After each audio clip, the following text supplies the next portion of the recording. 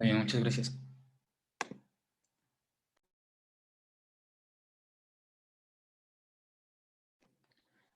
Seguramente alguna vez han escuchado hablar de la importancia del tacto rectal y del antígeno, que es sobre todo de relevancia en hombres de edad avanzada. Pero todo esto que se repite mucho, pues tiene una razón de ser.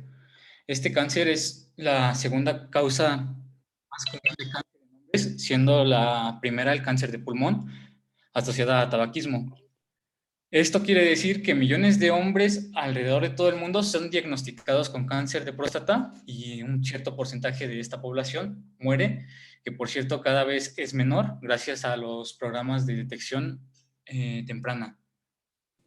Esta enfermedad sociales y psicológicos negativos, ya que incluye pues algunos temas de sexualidad que todavía son muy temas de tabú para algunos hombres, y esto puede favorecer a que el tratamiento no se lleve a cabo de una manera adecuada o de una manera temprana.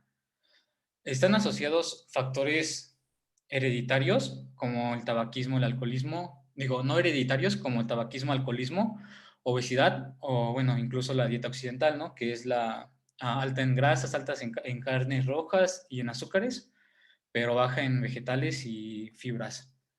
Entonces, pues todo esto va a llevar a que se desarrolle esta neoplasia, esta enfermedad, que se define como una proliferación controlada de células epiteliales, ya sea de las células secretoras luminales, de las basales o incluso de las células neuroendocrinas, que en este caso se presenta muy rara la vez.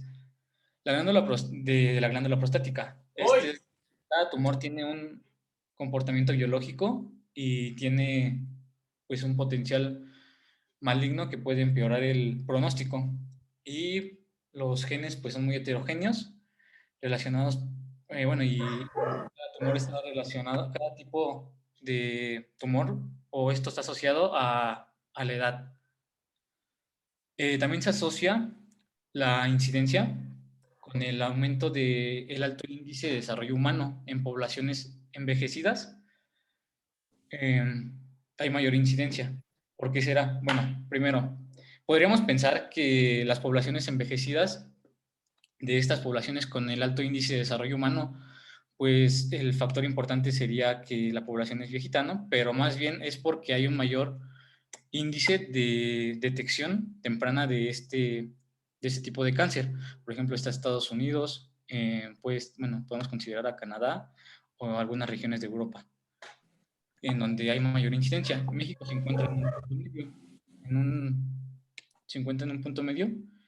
Y bueno, esta alta incidencia tiene que ver con la detección temprana, y esta detección temprana se asocia directamente a una menor mortalidad, como lo podemos ver pues en esta imagen, ¿no? Donde hay mayor detección temprana, hay un menor índice de mortalidad.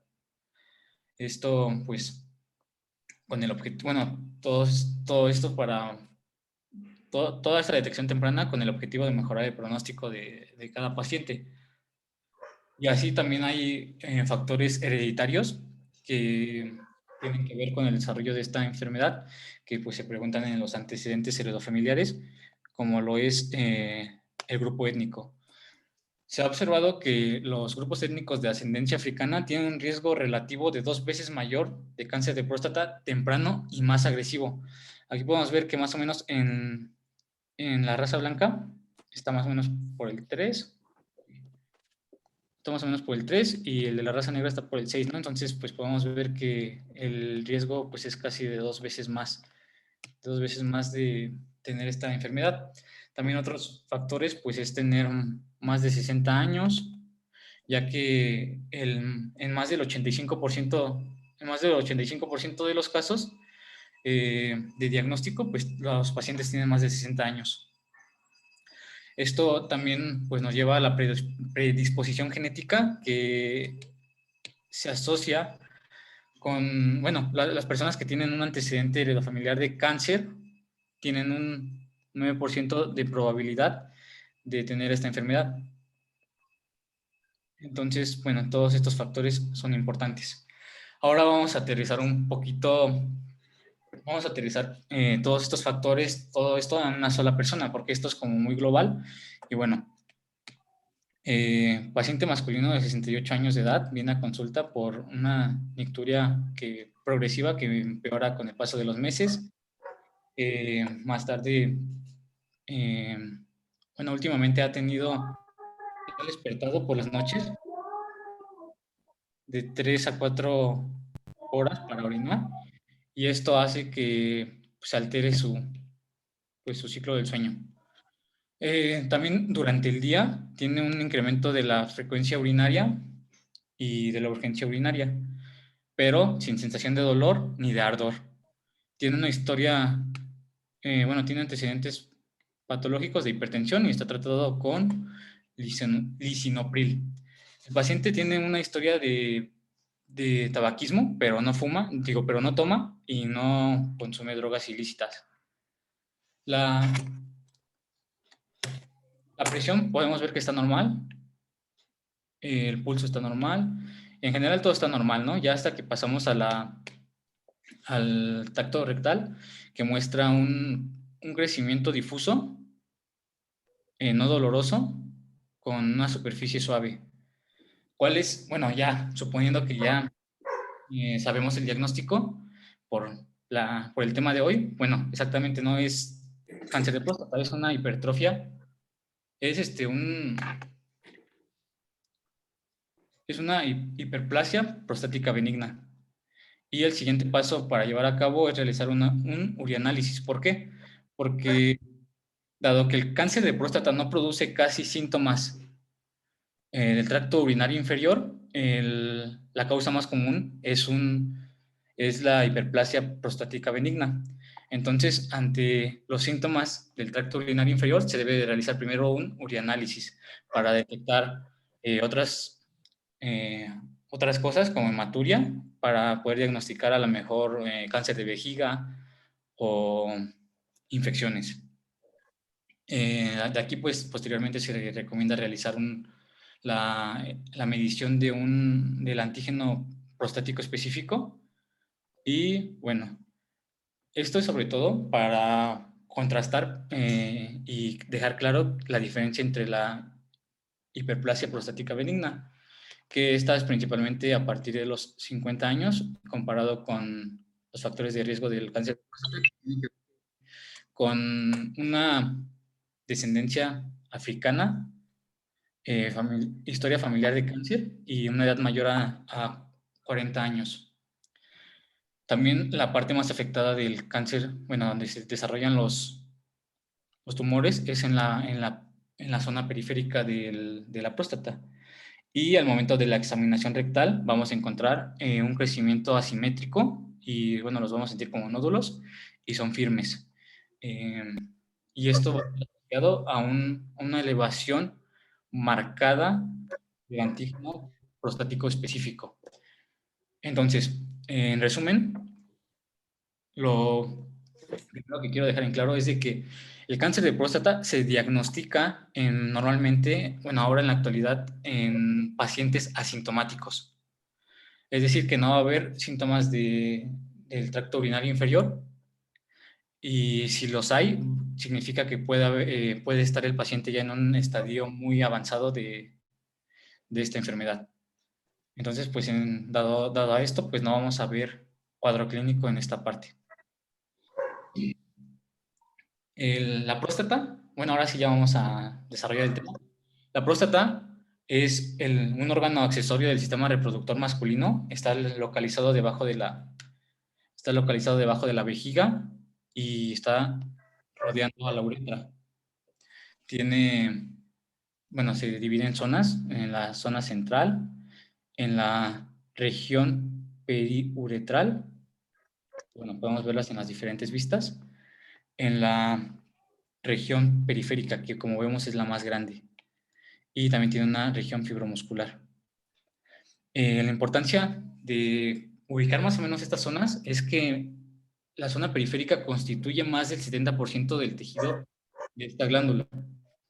significa que es una mayor contribución a la función normal de la próstata, que la función normal es aportar secreciones esenciales para el semen, para poder tener una eyaculación y que sirve para el transporte de espermatozoides. Entonces, esto es en el adulto joven, pero este adulto joven va a envejecer y esta próstata envejecida va a ser el lugar donde más del 80% de los tumores de cáncer se van a desarrollar. Entonces, pues esta podría ser, no sé, alguna pregunta en algún examen. Entonces, ahora vamos a hacer un acercamiento de esta zona periférica y vamos a ver que está constituida de conductos y acinos. Bueno, aquí es acinos, que bueno, me equivoqué. Y están formados por una capa de epitelio columnar simple. Bueno, aquí podemos ver el epitelio columnar simple y está rodeado de estroma, que es el estroma es la parte que le da el sostén a estos conductos y el estroma, eh, como podemos ver, contiene fibroblastos. Estos fibroblastos están asociados, bueno, tienen una capacidad protumorogénica en el microambiente del tumor, es decir, que contribuyen a la transformación epitelial y esto, bueno, y también ayudan a que se favorezca la señalización de supervivencia de las células para poder desarrollar un tumor. Otra parte importante de esto es que el epitelio tiene una alta actividad, bueno, expresa altas cantidades de receptor de andrógenos. Esto le da una dependencia hormonal a este tipo de tumores y como, como consecuencia de esta expresión, gracias a la activación transcripcional, se va a sintetizar también un antígeno llamado antígeno prostático específico. Y cuando hay neoplasias, pues va a estar elevado, marcadamente elevado, y nos puede servir como un marcador para el diagnóstico. Bueno, entonces, de aquí ya podemos, de esta parte de ciencias básicas, podemos sacar pues un poquito de la relevancia clínica.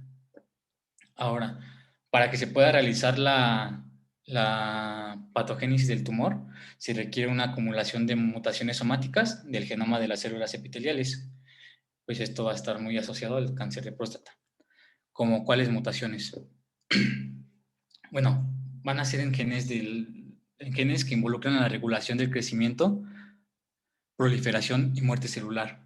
El epitelio, bueno, acá atrás vamos a revisar un tantito. El epitelio, para poder considerarse como canceroso, o bueno, las células para que se consideren como cancerosas, deben de invadir la, la membrana basal. Esto, pues es importante y ya una vez que cuando se tienen estos factores, vamos a ver qué genes son los importantes. Bueno, este es un oncoprint de pacientes de tumores individuales. Como podemos ver, son altamente heterogéneos, tienen muchísimos genes y esto nos puede ayudar para entender el perfil clínico de cada tumor al momento del diagnóstico y así tener un objetivo farmacológico de señalización para el tratamiento de cada tumor. Estos cambios genéticos son bueno, vamos a mencionar los más importantes o los más comunes durante todas las etapas del cáncer de próstata. Por ejemplo, el primero es la fusión. Podemos ver que el color morado significa fusión. La fusión del gen ERG con otro gen que se llama TMPR. Esta va a ser la más común y se encuentra en más del 50% de las biopsias de los tumores. También vamos a tener la de lesión, que en este caso es el color azul de los genes PTEN y del RB1, que está aquí. Otra importante, que ya podemos ver en estadios más avanzados, que es aquí, es las mutaciones del gen TP53, que es uno de los guardianes para prevenir el cáncer, ¿no?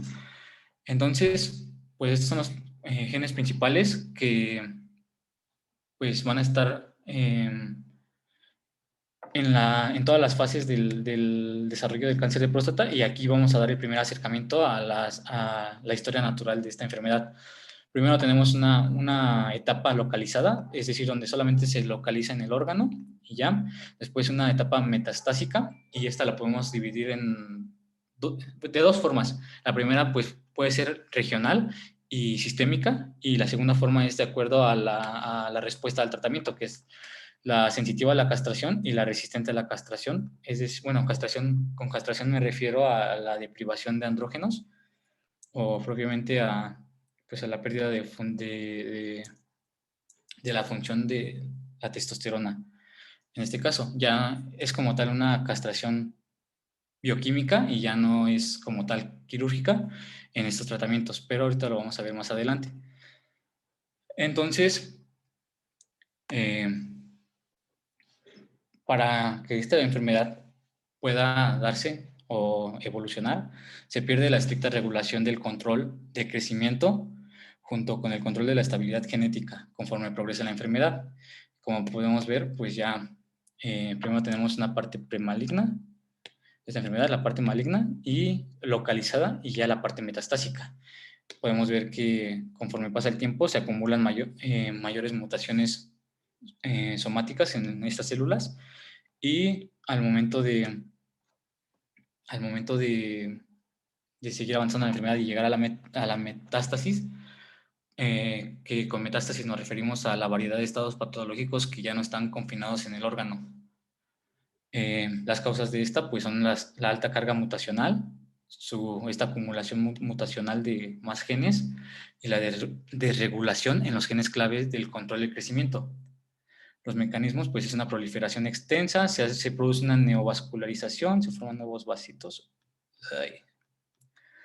Y pues de esto se da la extravasación del sitio de las células hacia otros sitios. Eh, También antes de que se movilicen las células, pues tienen que tener mutaciones que hagan que el epitelio ya no tenga sitios de unión, y bueno, esto se le llama transición epitelial a mesenquimatosa. También tienen la capacidad de evadir el sistema inmunitario y resisten la destrucción de las células inmunitarias. Bueno, la, la enfermedad metastásica principalmente es a los linfonodos regionales, y posteriormente es por medio de sangre al estroma de la médula ósea. Se va a la médula ósea debido a que tiene altas fuentes lipídicas, y bueno, los lípidos son muy ricos en energía. Entonces, en más del 80% de los casos, se va a ir a la médula ósea del esqueleto axial sobre todo. Pero hay sitios que no son comunes para la metástasis. Y estos sitios están asociados a una pobre supervivencia, como puede ser linfonodos distantes, hígado, pulmones y cerebro con dura madre, cada uno con sus porcentajes ahí mostrados. Ahora, para establecer el diagnóstico de esta enfermedad, primero debemos de explicar los beneficios de la detección temprana a cada uno de los pacientes, ya que si no tienen claro cuál es el beneficio, pues no van a querer realizarse nada. Bueno, porque es importante y cómo bueno, qué ha beneficiado al mundo. Tal vez esta gráfica de pastel no nos permita dimensionar tanto lo que, lo que ha sucedido con el diagnóstico, pero vamos a ver otra gráfica que sí nos puede ayudar, que de este lado vamos a poner el tipo de cáncer, que bueno, la etapa más bien, y de este lado vamos a poner los porcentajes. Arriba corresponde al 100%, y el primero pues es la etapa local, donde solamente la enfermedad está confinada al órgano. Entonces, si consideramos esto como el 80%, podemos ver que todos estos Todos estos casos diagnosticados con cáncer de próstata son en etapas tempranas y esto se asocia hasta un 99% de la supervivencia. Después tenemos a la metástasis locorregional, es decir, nada más a linfonodos. Y esta, pues vamos a hacer de este color, y esta nada más tiene el 15%. Y esto todavía tiene un muy buen pronóstico. La supervivencia a 5 años es de hasta el 80%. Después tenemos la metástasis distante, pues ya podría ser a tejido óseo, y su supervivencia es pues hasta de 40%. Entonces, esto nos permite dimensionar un poquito más la importancia del diagnóstico para nosotros, ¿no? Para los pacientes, pues tendríamos que explicarlo de otra manera. Y bueno, el objetivo del screening o de la detección temprana es mejorar el pronóstico de la enfermedad. ¿Cómo lo vamos a hacer? Mediante tacto rectal, mediante la medición de los niveles del antígeno prostático específico y ya después mediante la realización de resonancia magnética y algunos otros estudios de imagen. Y una vez que, bueno, si esto nos da valores anormales o nos da sospecha, podemos realizar una biopsia. Primero, el antígeno prostático específico, eh, vamos a considerar, bueno, hay muchos autores, pero pues el más actual que vi era considerar más de 2 nanogramos por mililitro como un valor de sospecha, pero bueno, hay otros autores que dicen que pues, está permitido hasta 4 nanogramos. Entonces, esto asociado a otros factores de riesgo como antecedentes heredofamiliares, como la edad, eh, y vamos a realizar también la exploración digital rectal. Y esto, pues, ya habíamos visto que eran nodulaciones eh, duras, incluso dolorosas y difusas. Y bueno, una vez que esto nos lleve a la sospecha de cáncer de próstata, podemos realizar una biopsia. Antes de considerar también estos valores elevados del antígeno prostático específico, debemos descartar otras enfermedades, por ejemplo, infecciones o inflamación, bueno, infecciones de la glándula prostática o hiperplasia prostática benigna. Entonces vamos a considerar estos valores elevados cuando tengamos el nivel basal, y este nivel basal lo vamos a obtener mediante evaluaciones repetidas en condiciones estandarizadas. Esas condiciones van a hacer que el paciente no tenga eyaculaciones, que no hayamos manipulado la próstata y que ya no haya infecciones del tracto urinario, para evitar así biopsias innecesarias, porque si bien es cierto que el antígeno prostático específico está asociado con cáncer, no es específico de cáncer, que lo pueden, pero si descartamos las otras enfermedades, ya podemos realizar una biopsia, que esta nos va a servir para hacer una verificación histopatológica para el diagnóstico.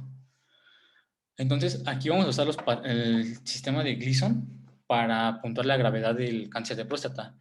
Un número mayor equivale a un mayor grado de gravedad. Entonces, vamos a tomar en cuenta que hay 5 patrones en los cortes histológicos, pero solamente para realizar esta suma vamos a utilizar los 3 más prevalentes, que es el 3, 4 y 5. Y esta escala de Gleason en 2014 fue actualizada, y ahora también se utiliza fue actualizada por la Sociedad Internacional de Urología Patológica para tener una mejor división del patrón del grado 7, donde este tiene diferentes pronósticos, siendo este el peor, porque puede tener una diseminación a las vesículas seminales, y esto da un peor pronóstico para los pacientes. Entonces, esta es la razón por la cual se utiliza un poquito más la puntuación ISUP. Y esta nos sirve para establecer el riesgo de la progresión del cáncer de próstata, junto con otros factores. Entonces vamos a ver algunas imágenes. Y primero que nada, la glándula está compuesta por conductos tubuloalveolares. Y bueno, podemos ver que están normales. La luz es muy grande y esta sería una glándula normal, pero aquí podemos ver que se parece muchísimo a una normal, pero aquí hay una neoplasia intraepitelial. La podemos distinguir por los núcleos, que son más coloridos y tienen bueno, hay mayor cantidad de células. Esta es la lesión principal antes de ser maligna y ya después pues, se convierte en maligna. Aquí podemos ver un patrón, podemos ver que aquí, en esta imagen ya hay cáncer porque hay, hay tumoraciones entre cada una de la luz de cada, de cada glándula. Entonces, también podemos ver en la imagen de abajo la luz de una glándula muy, bueno, normal, y aquí ya podemos ver las lesiones cancerosas. Y aquí están los patrones más comunes de la escala de Gleason. El patrón 3 es bueno, estos van a estar asociados con la evolución conforme pasa el tiempo y la suma de estos números nos puede establecer el grado ISUP que podemos ver aquí. Y bueno, también hay otros tipos de neoplasias, como lo es las de las células neuroendocrinas, que son estas, que pues, como vemos, las células son más pequeñas y son más difusas, y puede haber carcinomas ductales, en donde podemos ver que hay luz en las glándulas debido a la proliferación celular, y también hay carcinomas intraductales, donde podemos ver que se está obstruyendo la luz de la glándula. Todo esto lo podemos dividir en dos partes, ¿no? En la parte curable y en la parte no curable. La parte curable todavía incluye a la castración sensitiva, bueno, la sensibilidad, o sea, que se pueda castrar mediante fármacos y la resistencia a esta terapia farmacológica. Y bueno, aquí también podemos ver que conforme pasa el tiempo hay una mayor acumulación de mutaciones genéticas y pues que se asocia sobre todo a las metástasis, ¿no? Para poder, bueno, una vez que se realiza el diagnóstico, se debe de hacer una estadificación clínica que incluye los niveles bueno, la estadificación clínica la podemos hacer con la clasificación TNM que nos sirve para ver el grado de extensión del tumor. Y esto también lo vamos a asociar a niveles de antígeno prostático específico y al grado de Gleason para estadificar eh, el riesgo de progresión a enfermedad metastásica. Entonces, vamos a, a ver primero que la clasificación TNM nos habla de tres partes de la enfermedad. La enfermedad localizada, que es todo lo que corresponde a las T's, y pues se va extendiendo más conforme el número va siendo más grande o la letra. La extensión local ya se refiere a que el tumor pues ya está saliendo de la glándula prostática y llega a la cápsula prostática. Y esta pues ya se asocia a una enfermedad de más alto riesgo de progresión a enfermedad metastásica. Y la enfermedad metastásica, que N1 significa ganglios linfáticos regionales y M1 ya es una metástasis distante. Esto lo vamos a asociar al antígeno prostático específico y vamos a obtener un grado de riesgo dado por la OMS que pues consiste en bajo, intermedio y alto. Y este nos dice que el bajo puede ser bueno, el primer parámetro es que haya en la clasificación TNM sea T1 o T2A, que el antígeno prostático específico sea menor de 10 y que en la escala ISUP sea del grado 1, que serían estos. En el rango intermedio tenemos que va a ser ya a partir de CT2B, el antígeno prostático específico va a estar de 10 a 20 nanogramos sobre mililitro y el grado ISUP va a ser de 2 a 3. Y en el de alto riesgo de progresión ya está en la categoría CT2B, el antígeno prostático es mayor a 20 y el grado ISUP es mayor a 3, o sea, 4 o 5.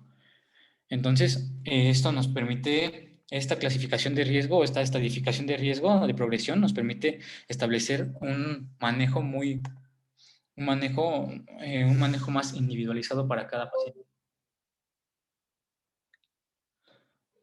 Entonces, para establecer, bueno, ya que establecimos el riesgo de enfermedad metastásica, si esto pues no llega a ser así, pues ya progresa la enfermedad y se da la metástasis distante, que los huesos del esqueleto axial son el sitio predominante en la mayoría de los hombres.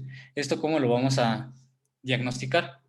Lo vamos a diagnosticar con otras imágenes, como puede ser una tomografía computarizada contrastada, una gamografía ósea o incluso, bueno, y en caso de la enfermedad regional que corresponde a los linfonodos, se puede hacer una PSMA PET para hacer el diagnóstico.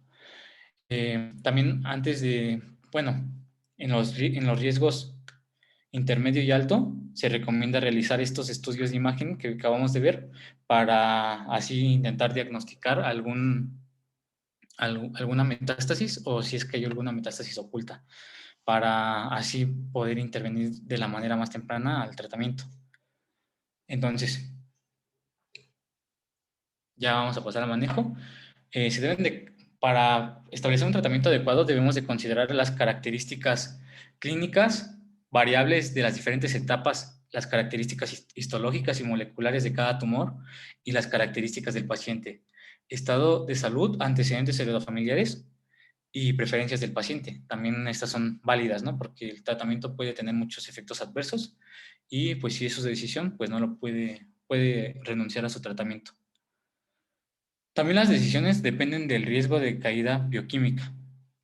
Bueno, ahorita vamos a ver qué es eso. Y bueno, el primer tratamiento, antes que nada, vamos a ver que cuando no hay metástasis, la terapia todavía es local, ya sea, y sobre todo es por métodos invasivos, como es la prostatectomía o radioterapia. Y si hay metástasis, pues ya la terapia es sistémica. Esto a grandes rasgos.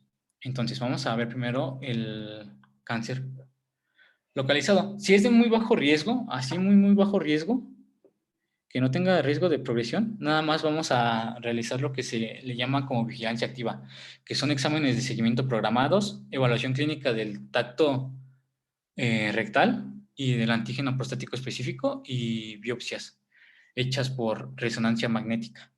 Bueno, estas son las principales para una vigilancia activa. Pero si ya es de bajo riesgo, pero ya casi pegándole al intermedio, ya también se puede considerar realizar radioterapia o realizar una prostatectomía radical, que esta se puede hacer por diferentes métodos, ya sea la abierta, la retropúbica, perineal o laparoscópica. Y de aquí también, eh, bueno, de aquí, ya una vez que se realiza ese tratamiento, nada más se deja en observación al paciente a ver qué es lo que pasa. Esto lo vamos a incluir sobre todo en el riesgo bajo y en el riesgo intermedio bajo. Para el riesgo intermedio alto y el alto riesgo, pues ya es otros métodos, ¿no? Sigue siendo la vigilancia activa, pues esta es fundamental. Aquí ya se recomienda realizar radioterapia más terapia de privación de andrógenos y la prostatectomía radical, pero esta con otro método que, bueno, con la disección de los linfonodos pélvicos para, pues así evitar o para así, ya sospechando que haya una metástasis a los linfonodos de esta zona. Y pues aquí también vamos a dejarlos en observación, a ver qué es lo que pasa. Esto, en las de bajo riesgo, tiene unos resultados muy favorables, ya que da una esperanza de vida de más de 10 años y también dan un riesgo de muerte del 1% a los 10 años de este tratamiento. Entonces, pues es un muy buen tratamiento y esta es la importancia de haberlo diagnosticado a tiempo. Pero pues todo esto se va a disminuir cuando ya estamos hablando de otros estadios más avanzados. Ahora, las de alto riesgo, pues ya estamos cerca de pasar a la metástasis. Y aquí también se puede realizar el refuerzo de la braquiterapia, que la braquiterapia es pues un tipo de... Vamos a quitar esto.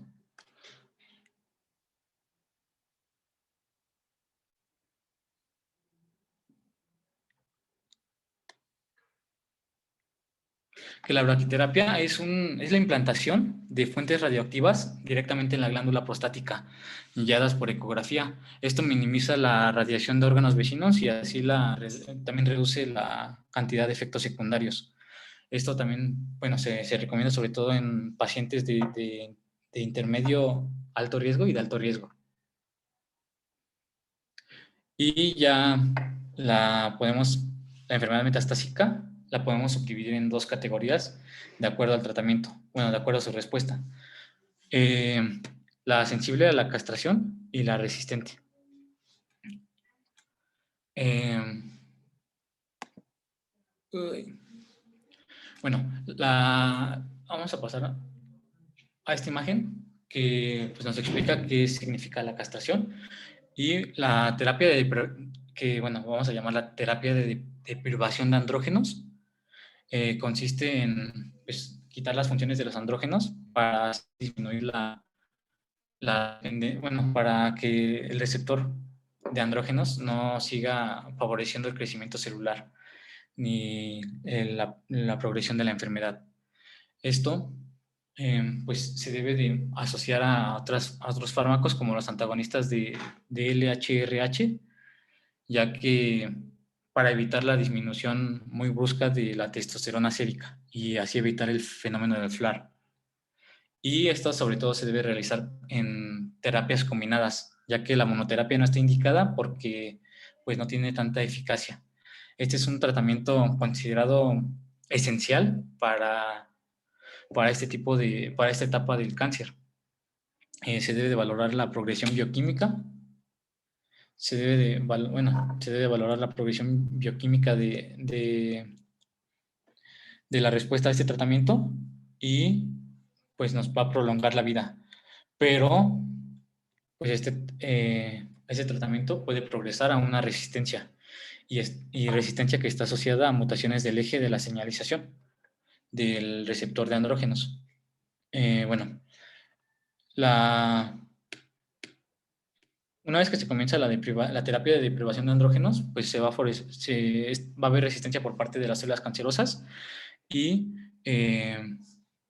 va a haber varios factores como la amplificación de mutaciones, la amplificación del gen del receptor de andrógenos, que esto nos va a dar una sobreexpresión, es decir, nos va a pues expresar más de estas proteínas.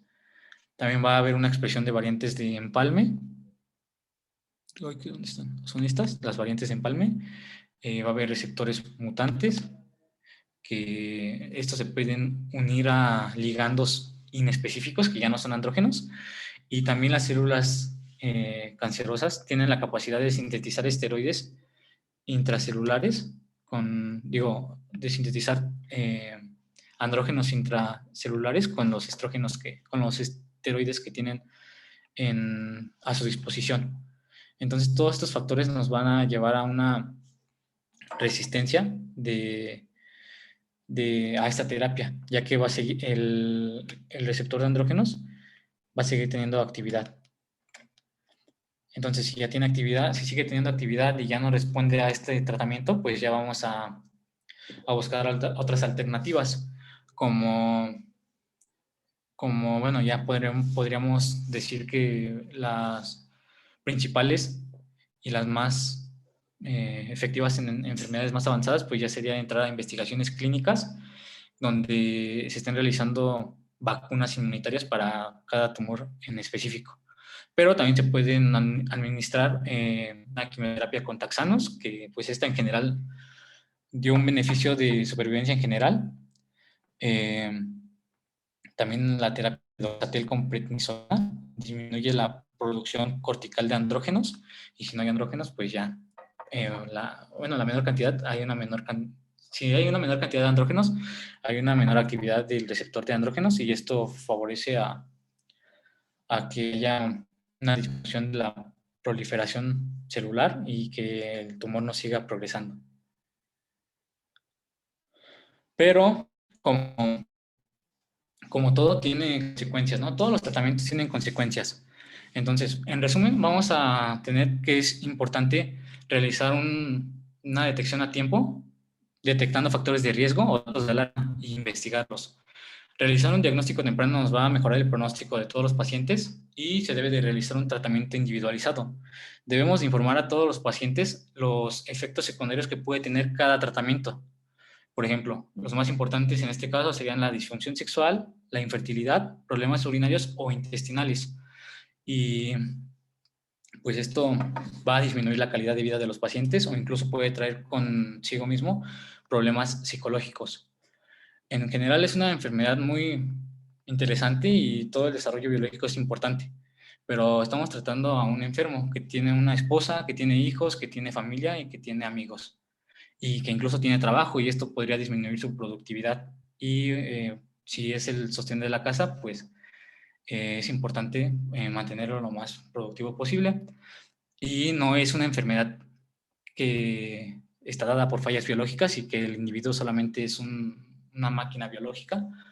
Entonces debemos de tomar en cuenta qué piensa, qué opina de cada una de las cosas, como pues empezando desde el principio con el tacto rectal.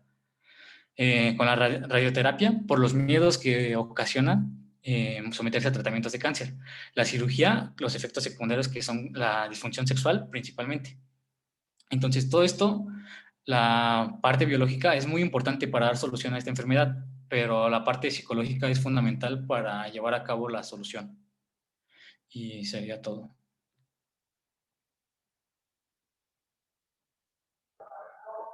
Ok, doctor, ¿es alguien que quiera comentar algo o alguna pregunta?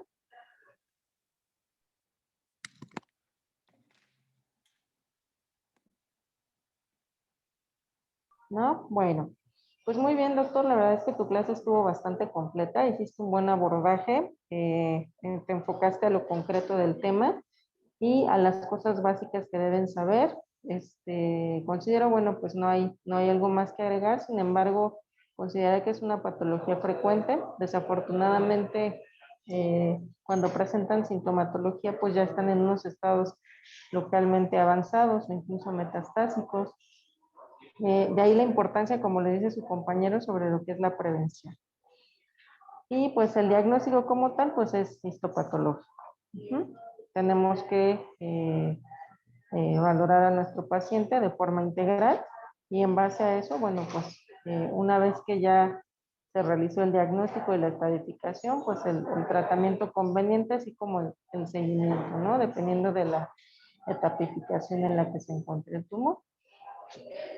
Y bueno, chicos, pues entonces damos por terminada nuestra sesión de hoy. El día de mañana tenemos programada nuestra clase a las 10 de la mañana, a las 12 del día, perdón,